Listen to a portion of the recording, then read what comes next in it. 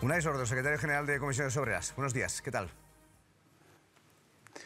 Hola, buenos días. Bueno, ¿qué les parece esa propuesta de que no sea un porcentaje máximo de contratos, sino lo que duren esos contratos, lo que intente solucionar el problema de la temporalidad?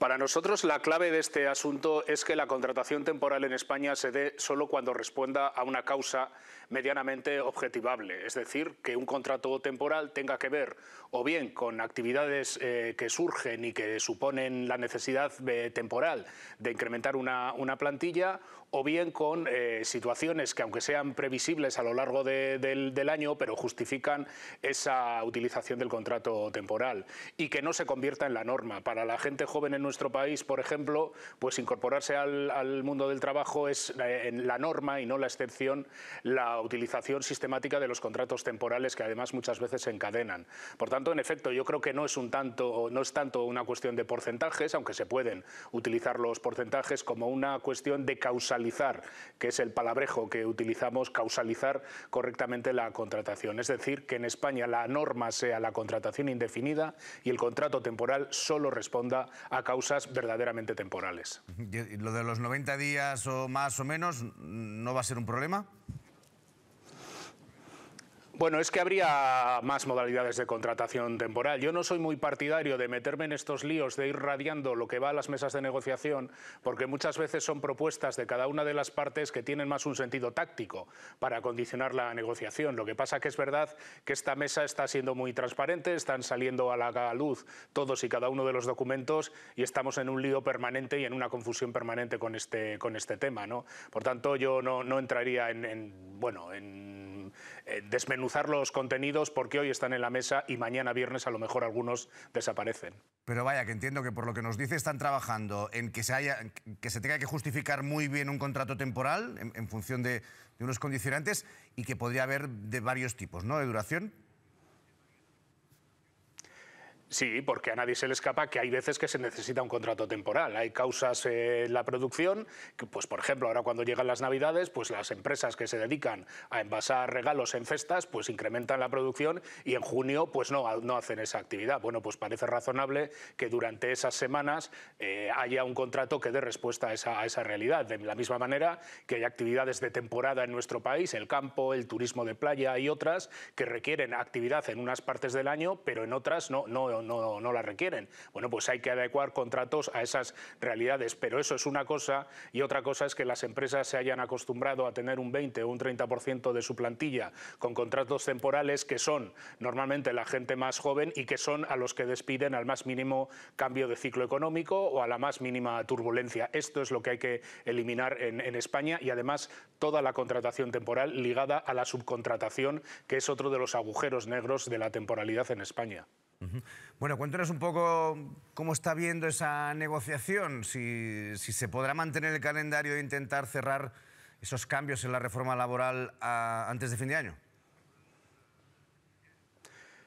Yo creo que vamos un poco justos de tiempo, pero creo que da tiempo. Yo creo que es factible poder llegar al final de la negociación antes del fin del año. Lo que ocurre es que la gran duda es si va a haber un acuerdo, bipartito, si va a haber un acuerdo tripartito o si no va a haber ningún acuerdo en este momento. Yo creo que hay todas las posibilidades están abiertas, incluso el acuerdo tripartito con las organizaciones empresariales, pero en opinión de Comisiones Obreras, para que ese acuerdo se dé, tiene que ser taxativo para reducir la temporalidad y tiene que recuperar los reequilibrios en la negociación colectiva, los equilibrios, mejor dicho. La negociación colectiva fue muy atacada, muy laminada en la reforma del año 2012. A través del convenio colectivo y de la negociación colectiva es como se fijan los salarios en nuestro país, y desde luego con Comisiones Obreras no va a haber ningún acuerdo que no pase por un reequilibrio de esa negociación colectiva.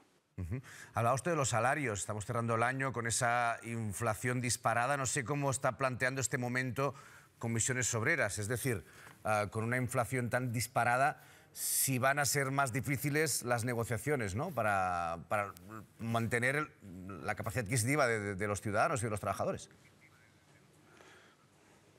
Las negociaciones en los convenios colectivos están siendo difíciles ya, pero no tanto por la situación de la inflación como por la cerrazón de las organizaciones empresariales en esas negociaciones.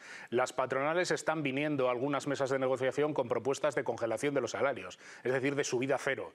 Y sinceramente creo que es una provocación que en un momento donde los precios, espero que temporalmente, pero en este momento están subiendo por encima del 5%, se pueda ir a una mesa con ese planteamiento. Los convenios no se firman para 3 meses, es decir, la inflación esperemos que sea un ciclo temporal, esta inflación tan alta, que en los próximos trimestres se contenga, y los convenios se tienen que firmar para 1, 2, 3 o incluso más años. Por tanto, creo que los márgenes para subir los salarios existen, creo que los salarios tienen que seguir recuperando poder adquisitivo en nuestro país en los próximos años, y para salir de la pinza a la que ahora mismo nos somete el IPC, creo que lo que hay que plantear es subidas salariales pensando en plazos un poco más largos, pero desde esa perspectiva de subir los salarios, ¿no? Como COE, las patronales de COE no están básicamente en esta posición, es por lo que se están disparando las movilizaciones y las huelgas en muchos sectores, como el metal, como los supermercados, como la limpieza, como la hostelería, y es por lo que los sindicatos estamos moviendo la calle en ese terreno. Ahora seguimos conversando, señor Soto, pero antes quiero que vayamos en directo a una factoría de Nissan en la zona franca de Barcelona, que hoy vive una jornada muy concreta, aunque el cierre definitivo ahora está previsto para el 31 de diciembre.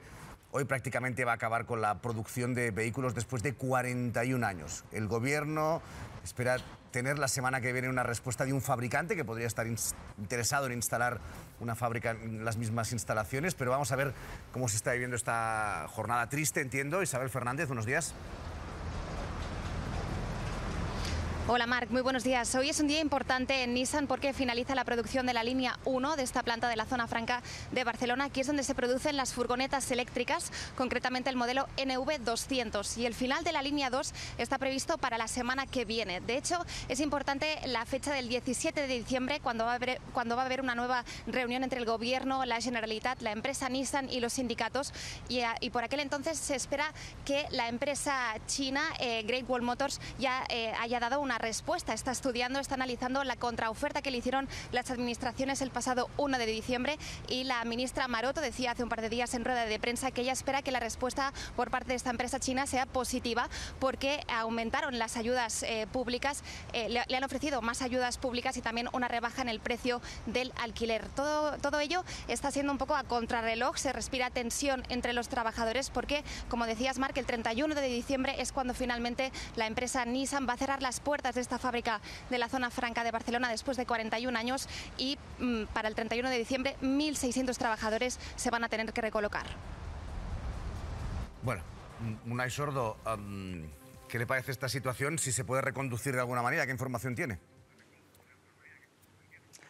Bueno, llevamos bastante tiempo trabajando en que se pueda reconducir, ¿no? Buscar inversores alternativos, porque en Nissan hubo un proceso de desinversión de la matriz, de la empresa matriz, y pues bien, llegamos al fin de un ciclo, pero llevamos trabajando junto con las instituciones y de forma muy callada y muy soterrada en los últimos meses, lógicamente, para tratar de buscar actividad industrial alternativa que mantenga los empleos, y esperemos que en las próximas fechas podamos llegar a una buena solución de este problema, que por otro lado pues provoca una gran tristeza, porque siempre que desaparece una actividad industrial pues es una pésima noticia para los trabajadores y para nuestro país.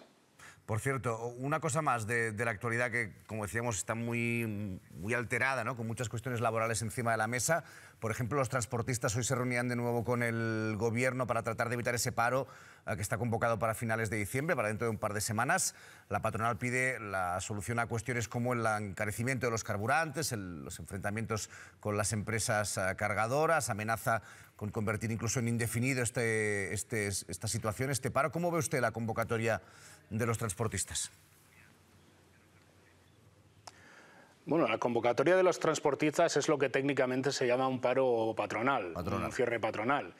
Y evidentemente tiene algún tipo de fundamento sin ninguna duda, porque algunas de las deficiencias del sector se están manifestando en este momento con el encarecimiento de algunos costes, particularmente el de los combustibles, pero además del problema del sector, que es un sector yo creo que mal concebido, muy atomizado, con muchas situaciones de explotación y de autoexplotación de los trabajadores autónomos, existe también otra realidad que no es menor, y es la situación de muchos de los conductores que son trabajadores asalariados y que a su vez tienen unas pésimas condiciones de trabajo, y lo que estamos pidiendo desde el sindicato es que se tengan en consideración las condiciones en las que los trabajadores y las trabajadoras del sector desempeñan su trabajo. Este es un conflicto que plantean, por decirlo así, las empresas ante el gobierno, pero desde el sindicato reclamamos a las empresas que cumplan también con muchas medidas laborales y muchas medidas de seguridad que son manifiestamente mejorables. Por tanto, no es un conflicto simple, y no es que Comisiones Obreras y otros sindicatos, como he leído en algunos sitios, se sumen al paro patronal, ni mucho menos, sino que tenemos nuestras propias reivindicaciones ante las empresas. Unai Sordo, secretario general de Comisiones Obreras. Gracias, como siempre. Hasta la próxima. Hasta luego, gracias.